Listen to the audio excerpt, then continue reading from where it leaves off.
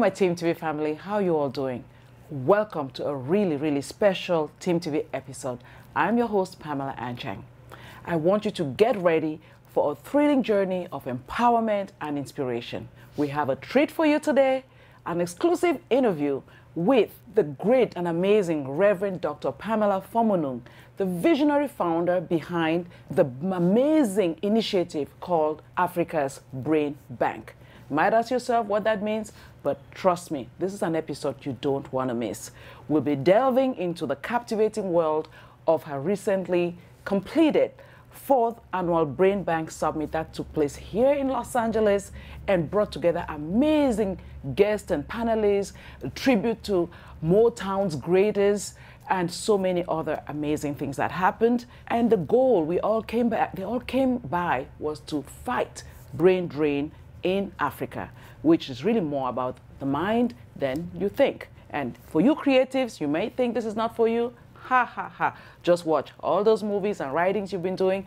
Artificial intelligence technology is the source of your strength. So stay tuned, and without further ado, I'm going to bring Dr. Pamela to the show right now. But before we do that, do me the honors, subscribe to our channel if you haven't done so yet by clicking on the subscribe button here below, liking so that YouTube will share our content, and don't forget to follow me on Twitter and Instagram at Pam Fomunung. And hey, ring the notification bell so that you will be notified when this interview comes through. So buckle up and let's go on this ride. Oh my gosh, where do we begin? Welcome to Los Angeles, Reverend Pam. Thank you so much, my beautiful sister, my namesake. Thank you. It's so funny, I'm like Pam to Pam, right? I mean, everyone on set has been like confused, like Pamela, Pam. But anyway, it takes two Pamelas to make things happen. How about that? That's right. We get things done. Oh my gosh. So how are you feeling? The summit is over and I just happened to catch you. Lucky me. And I might add, I love this togo, right? Thank you so much. I am on cloud 20. I am really elated. Just still trying to take in everything that happened this weekend. We had 7 activities. They all went hitch-free. I am so grateful to God. I'm honored to be part of it. That's wonderful. You know, you're a different kind of reverend, right? You're yes. The reverend that is really in the trenches with the people. And the reverend that can break loose on the bus. Listen, she was on a pole. We're not going to go there. That's a story for another time. But let's talk about why you're here. First of all, Africa's Brain Bank. Yes. Tell me a bit about your organization, how this vision came to you. Thank you so much. You know, I tell people all the time, God is so smart. You know, He's omniscient. He knows everything. Prior to October the 1st, 2017, I was not a champion for brain drain. I used to be bothered when I see our children and brothers perishing in the Mediterranean, but I was not a champion. So I was just driving to my office and I heard Africa's Brain Bank, the solution to Africa's brain drain. So I pulled to the side. And I wrote it now. I know that's not from the devil because I have no relationship with the devil. I knew that was my father talking to me. At the time, I had no clue the magnitude of what he was asking me to do. So, cut a long story short, the Brain Bank is an interactive digital repository for all Africa's brain power, intellectual capital, intellectual property scattered all over the world. We cannot ask everybody to go back home, but our brains can go. And when we talk about brain drain, this is my definition. It's not anybody else's definition. You hear it from anywhere it came from me. Our definition of the brain drain is not just people living in Africa. It's people of African descent not having access to each other's brains. It's me not knowing you prior to this event, not having access to your brain power. So wherever Africa's brains exist, no matter the zip code, if we don't have access to it, we don't know about it. You can know about it, but if you don't have access to it, it is a brain drain. You know, and so our goal is to stop it. Dr. Bagayoko, who is one of our board of directors, said Africa's Brain Bank is the next best thing to all people of African descent going back home. So if you don't want to go home, you cannot go home, your brains can go. That is amazing. So when you talk about Africa's Brain Bank and the ability to know each other and that being a repository. And accessing, not just knowing. Okay. So are we talking about the diaspora? Because, you know, our people are everywhere. Let me put it this way. Any person of African descent, it doesn't matter when you left Africa, it doesn't matter how you left Africa, it doesn't matter where you currently reside, your brain belongs to Africa. And that's why we're going to bank that brain and make it accessible. At Africa's Brain Bank, the currency we use is brain power. It's not money, but brain power is more valuable than money. That's amazing. That it explains now why at the summit I saw all these amazing people talk about some of your speakers and guests and panelists that were there and how they contribute to, you know, the brain bank. You mean our speaker? Our speaker. There you go. Our brain. You know, yes. I don't waste time. You're right. You know, so it's amazing. This year our theme was STEM, that's science, technology, engineering, and math. STEM as Africa's gateway to economic freedom and power. We live in a global economy. You cannot get away from STEM. So those of you who are scared of STEM, you might as well get on board because it's not going anywhere. It's only going to get worse. We've passed information technology age. We are now in the knowledge era. I tell people I'm a knowledge worker. I get paid for what I know. But STEM, even with your phone, when you use GPS or you're connecting to Wi-Fi, that is STEM. That's technology. Right. How do you think that you purchase something online, the next thing you know, your phones get flooded with similar things? Or you mean, how do you think that happened? So STEM is not going anywhere. You must well get on board. Like you said, in the arts, you know, in the entertainment, STEM is all part of it. These days, you can shoot a movie with your phone. Mm-hmm. You don't even need heavy equipment. You know, I remember when we first came to this country, we didn't have cell phones, there were pay phones. We didn't have GPS. We used to write directions, and you are driving and you're looking at the paper, make left, make right. Now people don't even know the name of the street next to their names because of GPS, Global Positioning System, even though I like to call it God's positioning mm-hmm. system. So that's interesting because at the summit, we had some compelling speakers. Yes. Talk about some of the highlights. Well, you know, Dr. Bagayoko talked about the law of human performance. And I'm glad the artist who paid tribute to Gladys Knight mentioned that. Mm-hmm. What he's saying is so true. I don't care if you think you don't know maths. You can become an expert. They just need to give you, to enable you, create the right environment. Our people need to start exposing our children to STEM courses, to the STEM pathway. You know, don't be teaching us European history. How relevant is European history to an African child? I don't care about Vasco da Gama discovering the sea route to India. Teach me about the relationship between Bafoussam and Bamenda, mm-hmm. which is my country. I want to know about my home. Don't be teaching me about somebody else's home. You know, Dr. Bagayoko talked about that. He's so passionate about it. And once we start adopting and applying what he's talking about, our children will become experts in any field, because nobody is born with inability. We are all smart. It just depends on who got exposed to what, and at what age. You know, someone watching now will be kind of like wondering how they can be a part of this, since we've said it's the collective brains. Yeah. Doesn't matter where you are. Mm-hmm. So how do they fit in? And you know, and I want you to touch a little bit on people in creative industry, because they feel like, oh, it's not for me. You know, technology is not for me. Like you just said, we all use technology. That's right. But I'm sure there's an intersection where creative meets tech. Exactly. Mm-hmm. You know, technology has made creativity very easy. I take artists, people who draw. Mm-hmm. They used to do their hand, but now you can do it on the computer. You know, it is for every person, and every person of African descent needs to be part of it. We are not a membership organization because all Black people on this planet are members. They are automatically part of it. But you can go to www.africasbrainbank.org and fill out a form or send us an email to info@africasbrainbank.org. You need to own it. It doesn't belong to anyone. Only God knows why he selected me. I'm not the most obedient person out of 7-something billion children to do this. You know, only he knows why. You know, so it doesn't belong to anybody. You own it. Right. Look at it. There's every industry sector at Africa's Brain Bank. And we have a brother now that is going to underwrite the infrastructure of the brain bank, and will bring it alive because we live in a visual world. Right. What are some of the projects that you've done or are in the process, or future plans? Well, one of the things we do is project implementation. We have sunk a solar power borehole. We do this just in remote villages. This happened during the pandemic when they were telling people to wash hands, and our administrator on the continent mentioned, this was June 2020, that there were hospitals that did not have water. I couldn't fathom it. So I went online and I realized it was an endemic problem, and right on the air, we committed to do something.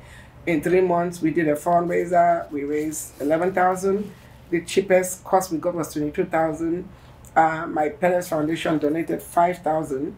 But the engineer who did it, when he found out that I was not from Sierra Leone, he decided to waive his fees. So the 11,000 went to digging the borehole and providing electricity for the maternity.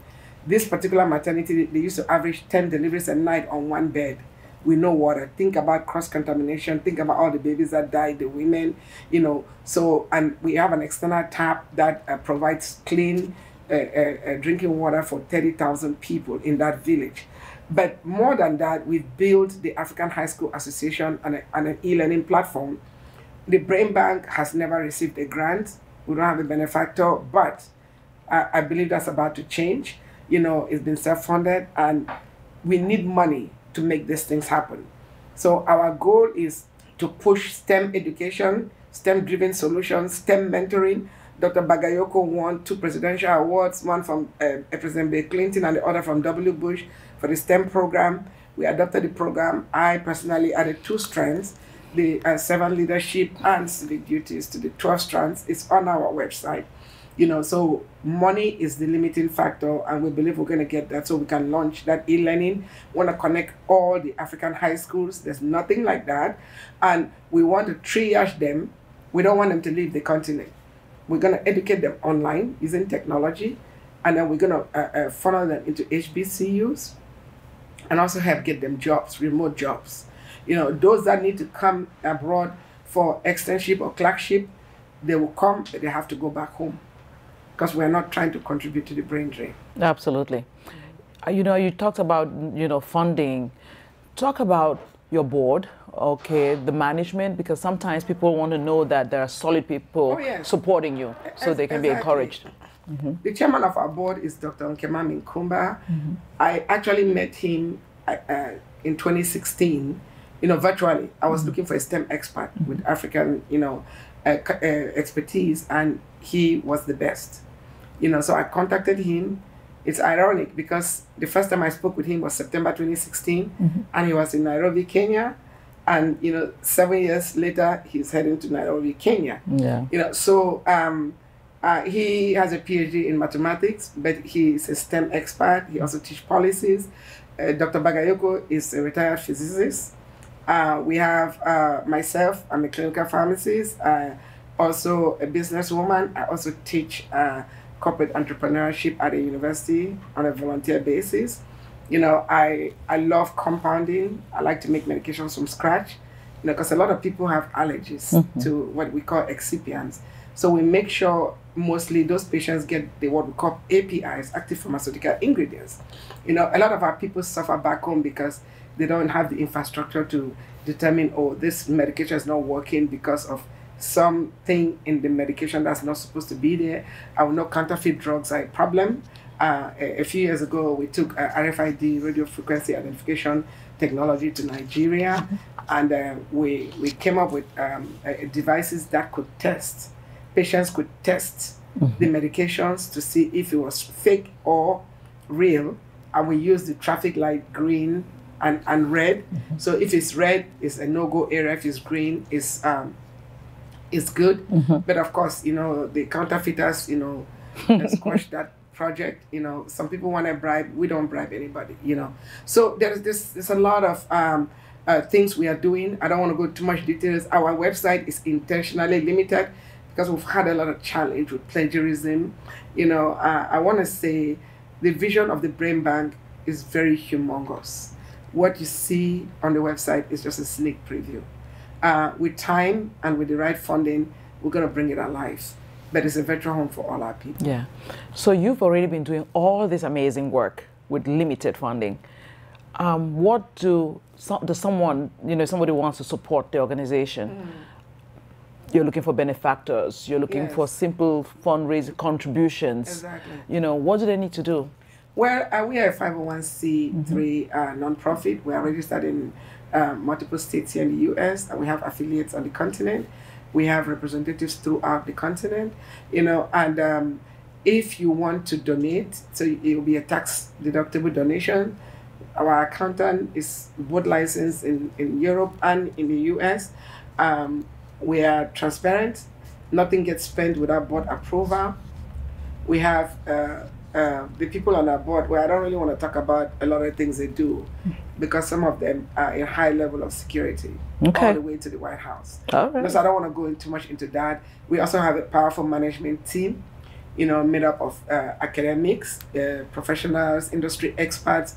We also have a STEM squad with STEM experts. We do have that. And like I say, the Brain Bank is an umbrella. Every industry sector, whether it's music, it's art, it's agriculture, it's pharmaceuticals, it's healthcare, we do have them. So it's a one-stop home for all our people. I'm so happy. So I really want to touch a little bit on the summit, because there were some standout moments. I don't know which one was yours, but I have mine. I'll tell you mine, and then you tell me yours. Mine was Dr. Hong. Yes. The peace message. Yes. Because the reason I bring him up is because even though it's about Africa and people of African descent, it was beautiful to see this Chinese or Asian Taiwanese, right, who was there and talking about love and peace, which really brings me now to my other subject, which is the hate that we've been experiencing. And we are looking for, I guess we are looking for allies on this mission. What are your thoughts about the continuation or the perpetuation of some bad energies, which we are calling hate? As I think I mentioned, that Immigrant magazine has an initiative to stop hate within the Black immigrant community. Tell me what your thoughts are. Well, I met Dr. Hong in New Orleans exactly a month ago at the World Conference of Mayors event. I am on the board of directors, and I was surprised he gave me an award, but I invited him to come and some of his team members. Our theme, our organizational theme is We Are One. Wow, that's our organizational theme. Beyond the different shades of melanin, we are all one. We all bleed red. And I'm not going to preach, but as a minister of the gospel, a lot of the things I do are informed by my faith in Christ. So Acts 17:26 says, God made us of one blood and put us on this earth to occupy different habitation, So wherever you find yourself, it was by design. So we are one. We're not supposed, I think hate is based on ignorance, because if you don't know people, a lot of these people who perpetrate hate is out of ignorance. There is a movie, I don't remember the name, but Taraji P. Henson is in that movie. She had an arch enemy, which was a Caucasian guy. But then they realized that they needed to get together to solve community problems. Enemies could become best allies. So I want to challenge everyone out there, because you're not born with hate. Little babies don't hate each other. They may fight the next minute they are playing. It is learned, it's an acquired behavior. I will advise you to get to know somebody from the race that you hate, or somebody from in a category that you hate. Get to know them. Once you get to know them, I can assure you, without a shadow of a doubt, that your perspective will change. Ignorance is a disease. It certainly is. And you know what? The summit was beautiful. It had people from all cultures, from all races. Oh my gosh, it was just amazing. So, Reverend Pam, what's the scoop for the next summit location, and what can people look forward to? Before I go there, there was one thing you asked I didn't touch. My favorite moment. Yeah. Tell us. My favorite. The summit, we had 7 activities. They were all amazing, life transforming. The feedback has been I mean, I've gotten videos, WhatsApp message, email, phone calls. Great gratitude letters. Yeah, transform lives. But to me, it was a salute to Motown. Oh my What gosh. happened was not planned. Once Brother Royce Johnson, our brother from Hollywood, broke loose on the dance floor, we saw everybody came. Brother Mickey, that's Sir William Mickey Stevenson's Motown's first A&R man, and the guy who gave the world Stevie Wonder and built the careers of the Supremes, Stevie Wonder, Marvin Gaye, all those people. But Mickey is 86 and a half years old. He attended all our activities. He sang. Even when the wife sang his song, Dancing in the Streets, everybody went Dancing in the streets. Yes, you know, Honorable Johnny Ford, the presidency of the World Conference of Mayor, broke loose. He's in that same age group. Dr. Ken Harris, who delivered a riveting keynote speech on Friday. He came alive. Oh my God. I mean, it was just, and then our ambassador to Africa, Attorney Richard Moffett Damijo, popularly known as RMD, joined. It just showed that Dr. Hong went crazy. We are all one people. Lagos will be lit. If you think LA was 10 out of 10, Lagos will be 100 out of 10. Lagos, we already started planning for Lagos. The work has started. We are not waiting. We don't do anything last minute.